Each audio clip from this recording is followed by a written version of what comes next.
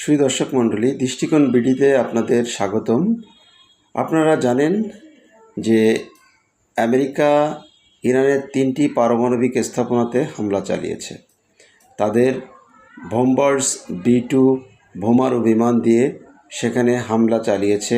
প্রায় 30,000 পাউন্ড ওজনের বোমা সেখানে ফেলা হয়েছে এবং আমেরিকা বলছে যে তারা এই 3টি আণবিক স্থাপনার ব্যাপক ক্ষয়ক্ষতি সাধন করেছে। যদিও ইরান বলছে যে তারা এই পারমাণবিক স্থাপনা থেকে তাদের ইউরেনিয়াম তারা অন্যত্র কোথাও সরিয়ে ফেলেছিল। তো সেই জায়গা থেকে এখন ইরানের একটি শর্ত দেওয়া ছিল, যদি আমেরিকা সরাসরি এই যুদ্ধে অংশগ্রহণ করে বা ইসরায়েলকে সহযোগিতা করে সরাসরি, তাহলে আমেরিকার যেই মিডল ইস্টে যে প্রেজেন্স আছে প্রায় 19টার মতো বেস বা ঘাঁটি আছে, সেই ঘাঁটিগুলো সে সরাসরি টার্গেট করবে এবং আমেরিকান যে অ্যাম্বাসিগুলো আছে এবং আমেরিকান যে ন্যাশনালস আছে তারা সরাসরি টার্গেট করবে। তো এখন দেখার বিষয় যে ইরান কিভাবে এই হামলার প্রত্যুত্তর বা রিটালিয়েট করে। এখন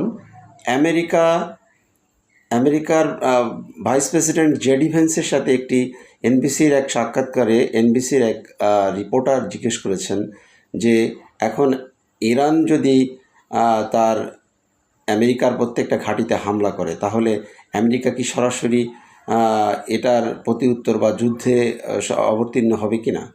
তখন জেডি ভেন্স বলেছে যে ইরানের জনগণের সাথে আমেরিকার কোনো যুদ্ধ না, যুদ্ধ হচ্ছে ইরানের নিউক্লিয়ার স্থাপনার সাথে বা ইরানের নিউক্লিয়ার প্রোগ্রামের সাথে। তো আমেরিকার শত্রু ইরানের জনগণ নয়, তিনি এভাবে বিষয়টা বলার চেষ্টা করেছেন। তো এখন বিষয় হচ্ছে যে এই ওনার যেই মতামত, সেই মতামতে দেখা যাচ্ছে যে উনি বলছেন যে ইরানের সাথে তাদের যুদ্ধও না, যুদ্ধ হচ্ছে ইরানের নিউক্লিয়ার প্রোগ্রামের সাথে।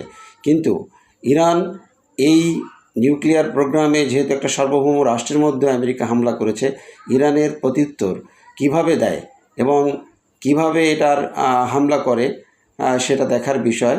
ইরান অলরেডি তাদের সংসদে হরমুজ প্রণালী বন্ধের একটা অনুমোদন তারা পাশ করেছে এবং তাদের জাতীয় নিরাপত্তা পরিষদে এখন বিষয়টি বিবেচনাধীন আছে। এখন দেখা যাক পরবর্তী 48 ঘন্টার মধ্যে কী ধরনের রিটালিয়েট করে ইরান। সবাই ভালো থাকবেন, সুস্থ থাকবেন। আমার চ্যানেল